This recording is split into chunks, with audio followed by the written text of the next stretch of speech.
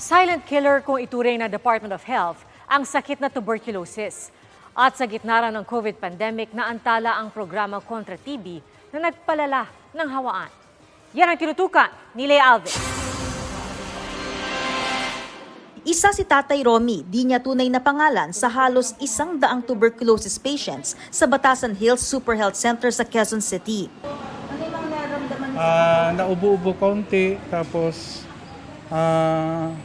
yun, medyo napapagod ako, nahirapan akong huminga, ganun po. Sa katapusan ng buwan, matatapos na ang gamutan na umabot ng higit 1 taon.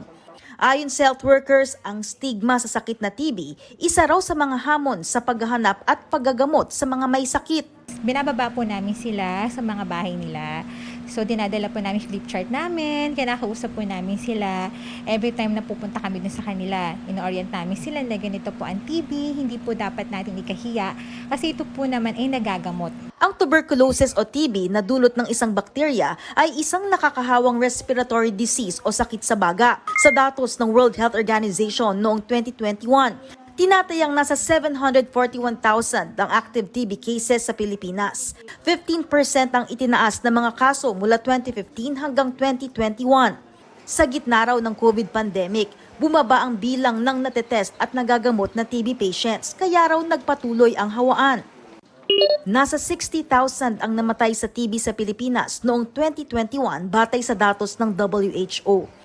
Pero paalala ng DOH, ang TB ay nagagamot kaya mahalaga ang early diagnosis. Apat yung lagi namin sinasabi.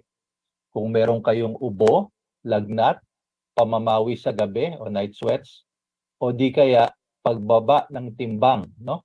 Yung tinatawag nating unintentional weight loss. More than 95% chance na gagaling ka, mako-cure ka, or successfully treated ka.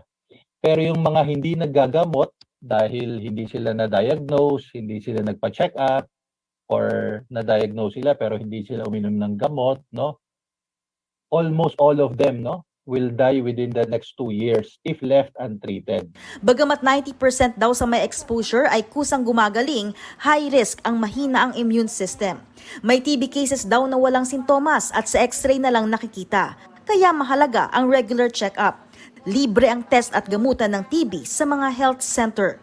Para sa GMA Integrated News, Lea Alves, Nakatutok, 24 Oras.